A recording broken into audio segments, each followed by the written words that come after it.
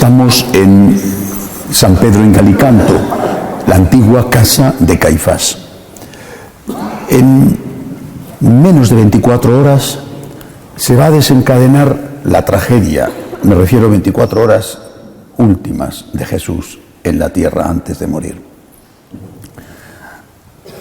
Santa Cena, Última Cena, a no muchos metros de aquí, en el cenáculo, la casa de un amigo que se la prestó para que él celebrara la Pascua con sus apóstoles. Y sin duda que también estaban presentes discípulos y posiblemente mujeres, más raro mujeres por la hora, más difícil que estuvieran las mujeres, pero es posible que estuvieran, desde luego había discípulos que no eran los apóstoles, pero la cena la hizo solo con los apóstoles.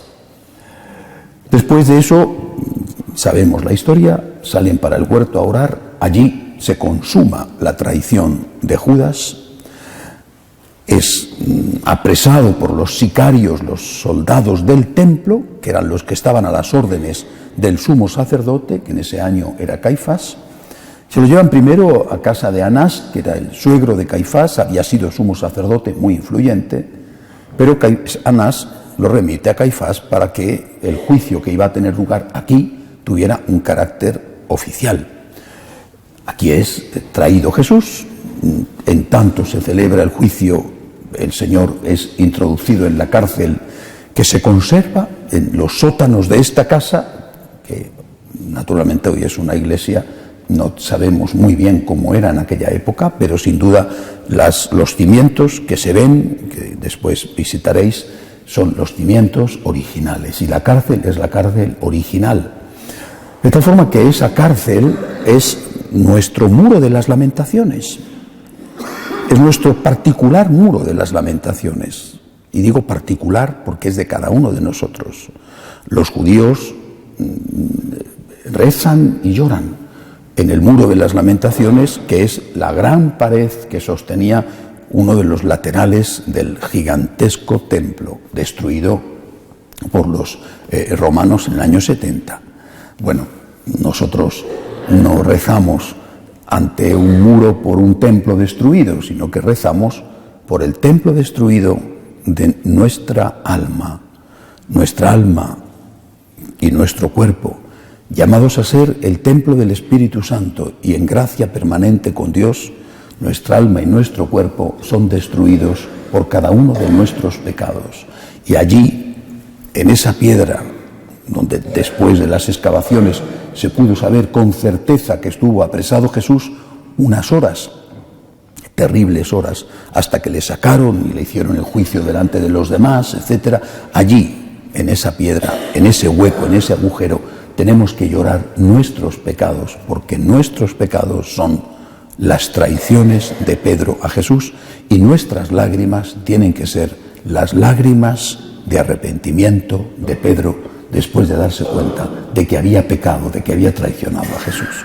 Después de esto le llevan a casa de Herodes. Herodes le despacha porque Jesús se niega a hablar con él, y ya directamente al pretorio con Pilato, el juicio farsa, después camino de la cruz, crucifixión.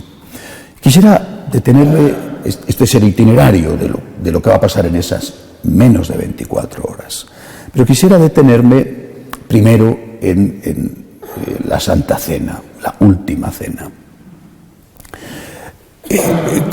Conocemos el relato y lo sabemos desde fuera, ¿verdad? Pero ¿cómo lo vivió? ¿Cómo lo vivió Jesús? Jesús quiere quedarse en un pedazo de pan y en unas gotas de vino. ¿Por qué? ¿Por qué hace esto? Él ya había venido desde la omnipotencia de Dios, había venido a hacerse hombre y por lo tanto a quedarse en algo tan frágil como es un cuerpo humano, en algo tan fácil de destruir, ¿no? Como poco después le pasó a él, poco después de la Última Cena. Pero ahora quiere quedarse en algo aún mucho más frágil, no solamente desde la perspectiva de la destrucción de un pedazo de pan consagrado, lo estamos viendo, y no es solo de ahora, cuando se destruyen y se maltratan las formas consagradas al saquear una iglesia, a veces por robo y otras veces simplemente por hacer daño a los católicos y al Cristo allí presente. Pero es que además este pedazo frágil de pan que por la transustanciación se convierte en el cuerpo real del Cristo vivo que está presente allí, también puede ser maltratado, no solamente por los que blasfeman y van y abren el sagrario y derriban las formas al suelo, las pisan, sino que es maltratado, o puede ser maltratado, es maltratado por los que comulgan en pecado mortal. ¿Por qué hace Jesús eso? ¿Por qué se queda presente en algo mucho más frágil aún que un cuerpo humano, mucho más vulnerable aún que un cuerpo humano? ¿Por qué llega al extremo de la debilidad? Si el Dios poderoso se hace Dios débil en el bebé de Belén, pero también, aunque no parezca tan débil, en el hombre adulto que va a ser apresado, flagelado, torturado, crucificado, se hace extraordinariamente débil y frágil en un fragmento de pan después de ser consagrado. Solo hay una respuesta a esta pregunta, y es la que estaba en el corazón de Jesús. Por ellos, por nosotros. Pro eis sanctifícome, por ellos me santifico, por ellos me esclavizo, por ellos, por nosotros. Se hizo débil, lo dirá San Pablo, se hizo débil con los débiles, se hizo pequeño con los pequeños, para salvar a base de sufrimientos a algunos. En el corazón de Jesús, el día de la institución de la Eucaristía, estábamos cada uno de nosotros. Cuando Él había dicho antes, venid a mí los que estáis cansados y agobiados y yo os aliviaré, estaba pensando en la Eucaristía. Porque somos testigos de ello, todos nosotros, estoy seguro. ¿Cuántas veces, después de comulgar, nos hemos sentido profundamente aliviados? Nuestros problemas seguían siendo los mismos, las dificultades en casa, o las dificultades económicas, o las dificultades de salud. Los que hemos cambiado somos nosotros. En una ocasión, durante una de las persecuciones, en una aldea del norte de África, Mitilene, el gobernador o el alcalde romano de la ciudad había recibido la orden del emperador de obligar a los cristianos a que hicieran adoración a la estatua del emperador, al dios emperador. Y sabía perfectamente este gobernador, quizás su mujer era cristiana, no sabemos, que los cristianos esto no lo iban a hacer. Llamó a los responsables, al sacerdote, y le dijo: sé que no vais a querer adorar al emperador, lo sé. Vamos a hacer una cosa, yo no os voy a pedir adorar al emperador, porque sé que no lo vais a hacer, y yo no quiero mataros. Somos del mismo pueblo, además si os mato, que va a ser de la prosperidad del pueblo, ¿quién va a cuidar los campos? Yo no quiero mataros, hagamos una cosa, renunciad durante un tiempo a la misa, no vayáis más a misa, no vayáis a misa el domingo y desde luego los días de diario, renunciad a la misa, y así yo podré decir que en este pueblo no hay cristianos. Yo no os mato, vosotros no adoráis al emperador y simplemente renunciáis a ir a misa. Se reunieron los cristianos con el sacerdote y fueron a hablar con el alcalde, con el gobernador de Mitilene. Le dijeron: mátanos. ¿Pero por qué? ¿Por qué? Si yo no quiero mataros, ¿por qué? Contestaron: sin Eucaristía no podemos vivir. Sin Eucaristía no podemos vivir. Esto es así. Hay un franciscano de María que vive por motivos de trabajo, vive desplazado, es español, vive desplazado en una localidad de Turquía. La Turquía europea debe de ser cerca de la frontera con Grecia, me imagino, porque tarda 3 horas y media en ir a la primera iglesia católica que tiene, que está en Estambul. 3 horas y media en ir con autobús, 3 horas y media en volver. Hace ese camino todos los días el domingo. Tarda 7 horas en ir y volver, porque sin Eucaristía no puede vivir. Pero nosotros muchas veces nos cuesta trabajo cruzar la calle, ¿no? Qué pereza levantarte, o qué pereza coger el coche para ir a un sitio que está a lo mejor a 10 minutos de coche. ¡Qué pereza! Jesús se ha quedado en la Eucaristía, porque nosotros sin la Eucaristía no podemos vivir. Se ha quedado en la Eucaristía porque quiere ser el que nos da el consuelo desde dentro, no quitándote la enfermedad, haciendo que te toque la lotería, o que te llamen para darte el trabajo de tu vida, o que te quieran la gente que tú quieres. Porque al final la enfermedad aparecerá de una manera o de otra, el trabajo maravilloso terminará porque te jubilarás y pasarás a ser nadie, o casi nadie, y las personas que quieres se las llevará la muerte o te llevará a ti antes que a ellos. En cambio, Cristo está dentro de ti.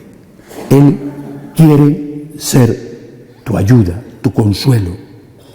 La presencia de Cristo en la Eucaristía es alimento, es consuelo, es refugio. Es allí donde vamos cuando no podemos más. Es el pan que nos sostiene, y por eso Él se ha quedado allí.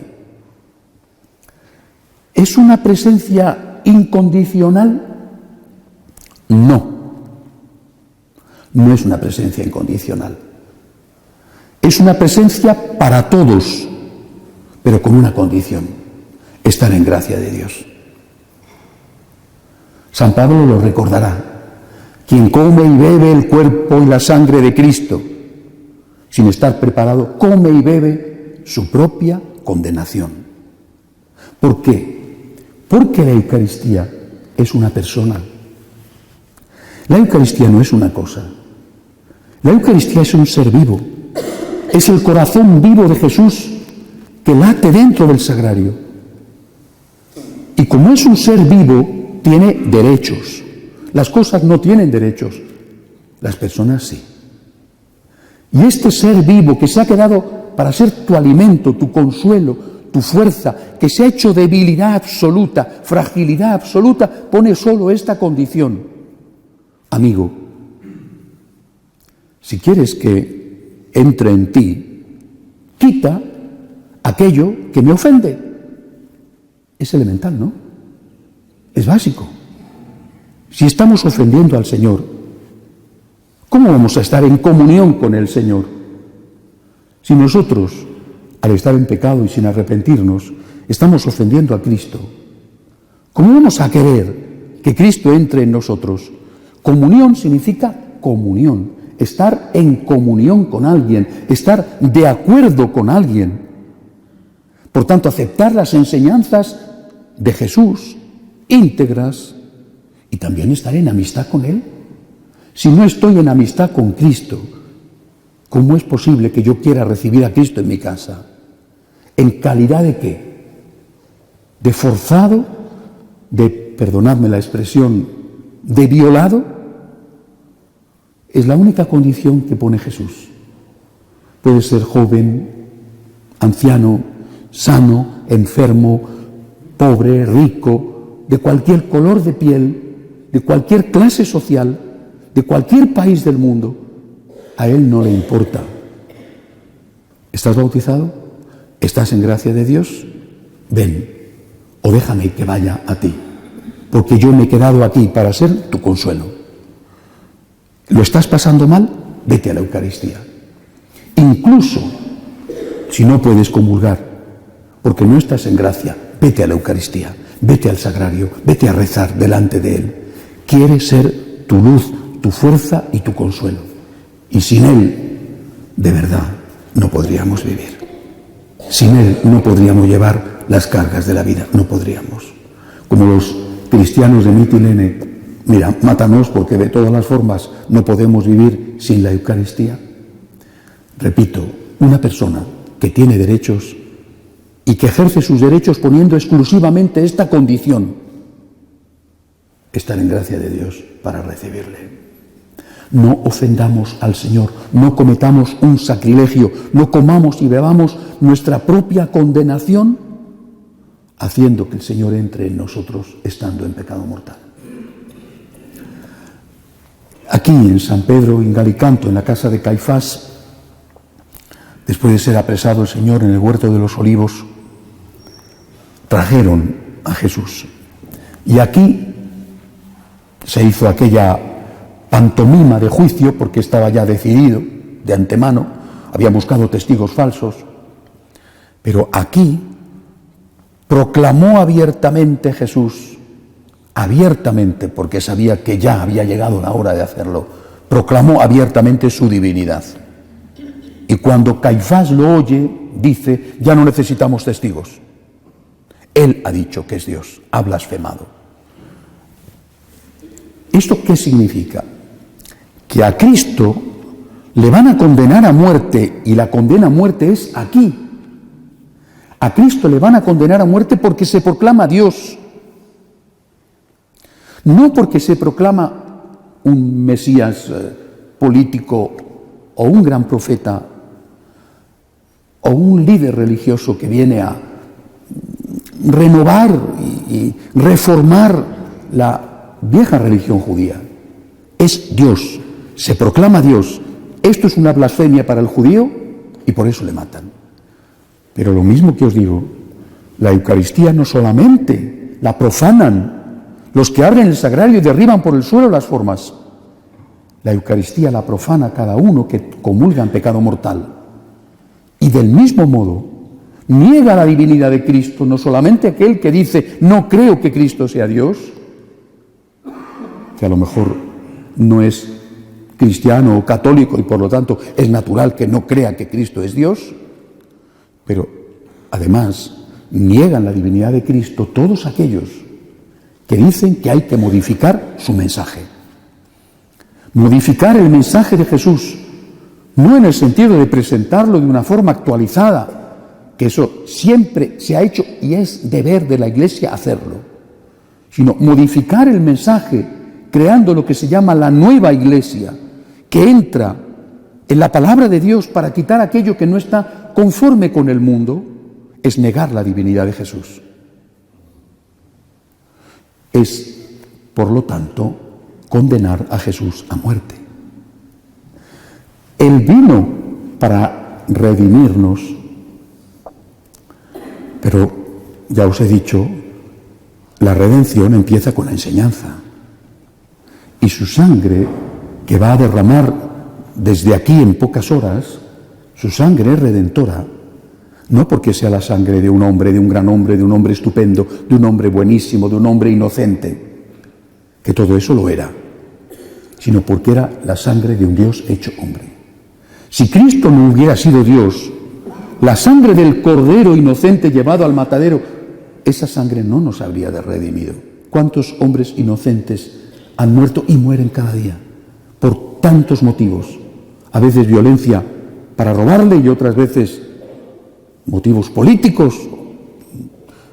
Jesucristo no era un hombre inocente llevado al matadero. Jesucristo era el Dios hecho hombre, inocente, llevado al matadero. Y porque era Dios, nos redime. Negar la divinidad de Cristo es negar que Cristo sea nuestro Redentor. Y se niega la divinidad de Cristo no solo cuando se dice formalmente: no creo que Cristo sea Dios. Se niega la divinidad de Cristo cuando se dice que el mensaje de Jesús tiene que ser transformado porque ya no está de acuerdo con las exigencias del mundo moderno. Seguramente muchísimos católicos están bebiendo este veneno que puede resultar dulce al paladar, pero que es un veneno mortal y no se le están dando cuenta.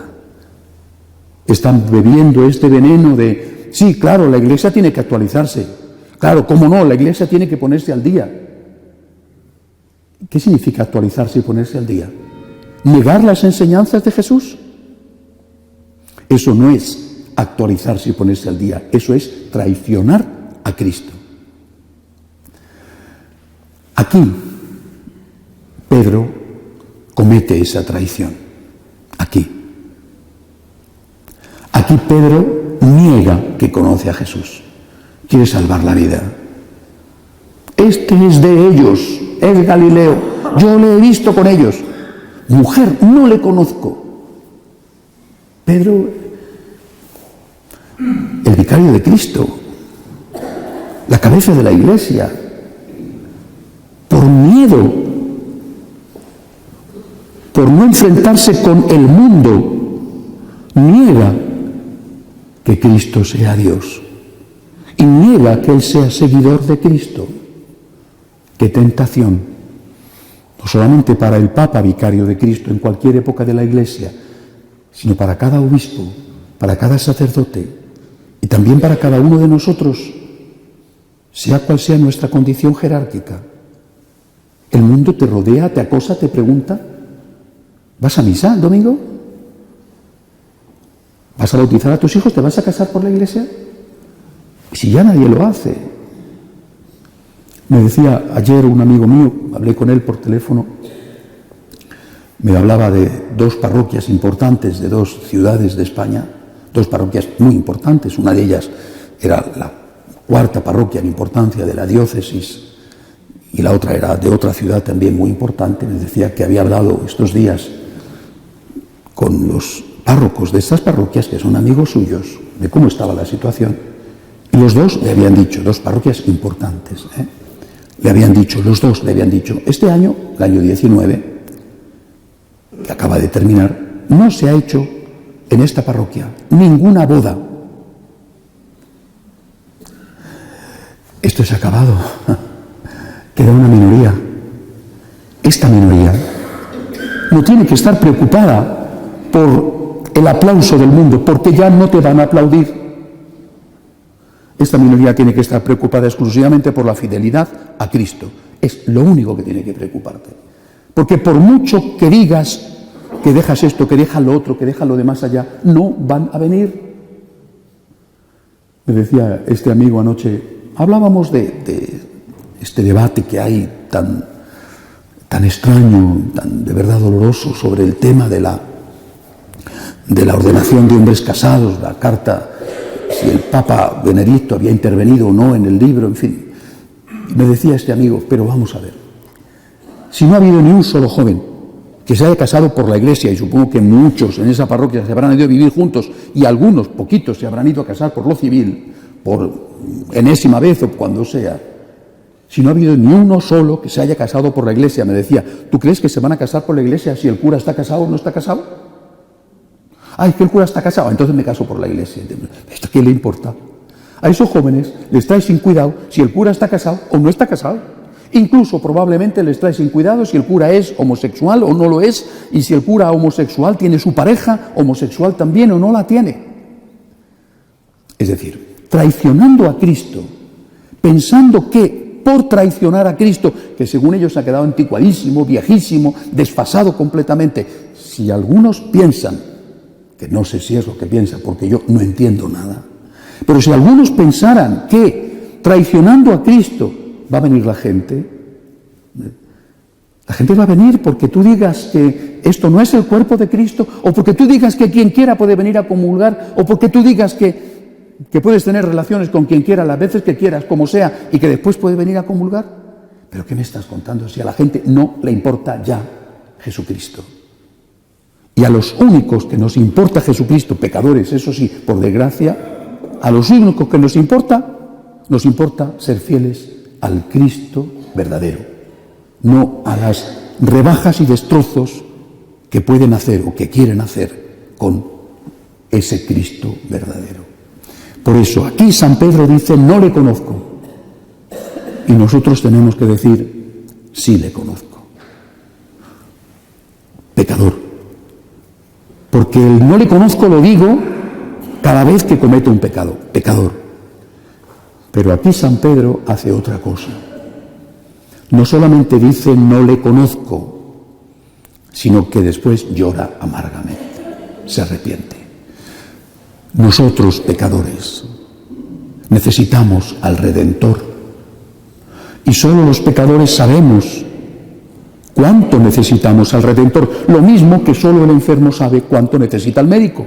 Cuando estás sano, No piensas en el médico y crees quizá que no lo vas a necesitar nunca, porque esas cosas le pasan a los demás. Pero cuando estás enfermo, entonces sí necesitas el médico. Somos nosotros los pecadores los que clamamos porque venga el médico, el Redentor. Y negando su divinidad, negamos absolutamente la posibilidad de Cristo de que sea nuestro Redentor. Aquí también ocurrió otra cosa. Aquí vino Judas. Ya había ocurrido lo de la traición, seguramente, sin ninguna duda, ya habría cobrado las 30 monedas, pero se dio cuenta, se arrepintió. Y aquí vino Judas. Y vino Judas a ver si era posible volver para atrás. Mira, te devuelvo las 30 monedas, por favor, soltadle, es inocente. Estaba arrepentido. Caifás le dijo, anda, venga, ahora que le tenemos me vas a venir con esas. Judas tiró las 30 monedas. Se fue y se ahorcó.